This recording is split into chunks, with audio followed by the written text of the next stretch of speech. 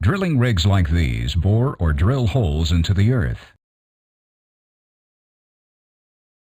They work both on land and offshore. Some are big and some are relatively small. Big rigs drill very deep holes, 20,000 feet, 7,000 meters or more. Small rigs may only drill to a few thousand feet or meters.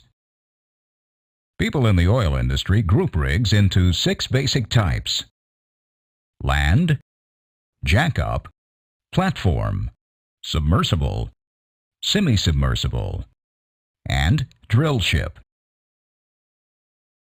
A land rig drills on dry land. They're the most common rig. Light-duty rigs drill holes from about 3,000 to 5,000 feet deep, or 1,000 to 1,500 meters.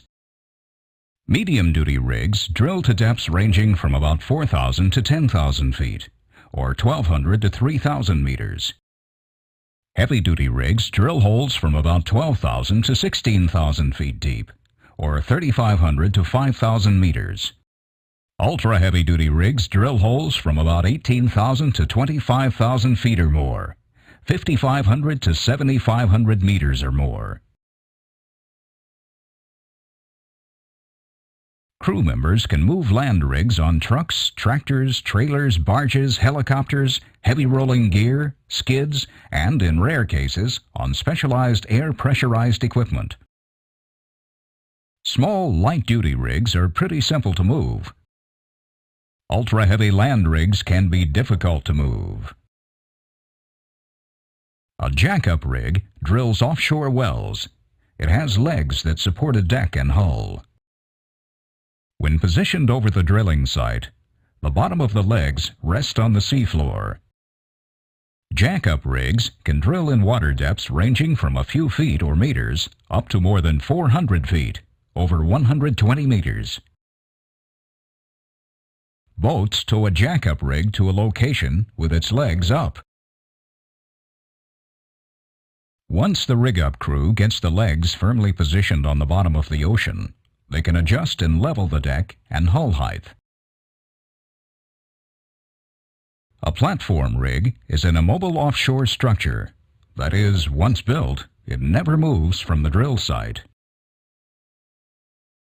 Companies drill several wells from the platform. Platform rigs can be tender-assisted rig.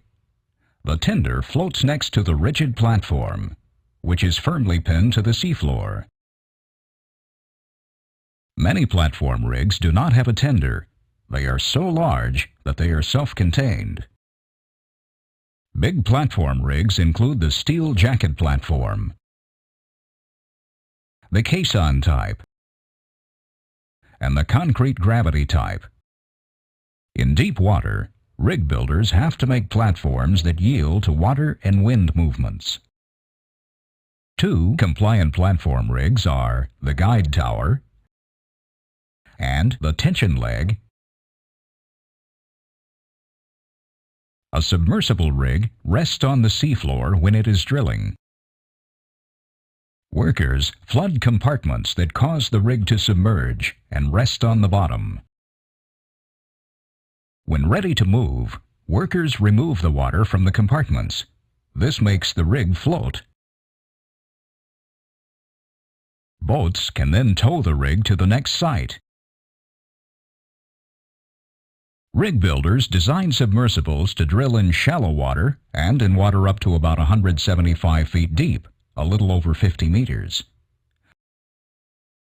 Submersible drilling rigs include the posted barge submersible, bottle-type submersible, and the Arctic submersible. A semi-submersible rig is a floating offshore drilling rig. It has pontoons and columns. When flooded with water, the pontoons cause the unit to partially submerge to a predetermined depth. The working equipment is assembled on deck. On the drill site, workers can either anchor the rig to the seafloor or use a system of thrusters and positioners to keep the rig over the hole. Here, they have it anchored. Crew members mount the wellhead and blowout preventers on the ocean floor. Special hollow pipe called riser pipe connects the top of the blowout preventer to the rig. In some cases, the crew uses thrusters to keep the rig over the hole. Called dynamic positioning, the thrusters, which are connected to an onboard computer, keep the rig in position. Some dynamically positioned semi-submersibles can drill in water depths of more than 7,500 feet, or over 2,200 meters. When keeping a rig over the hole, drilling crews use the term on station. Here's a semi-submersible rig loaded on a special carrier. The carrier vessel is moving the rig a far distance over the ocean. For shorter moves, the rig owner tows the rig to the drill site. Or some semi-submersibles are self-propelled.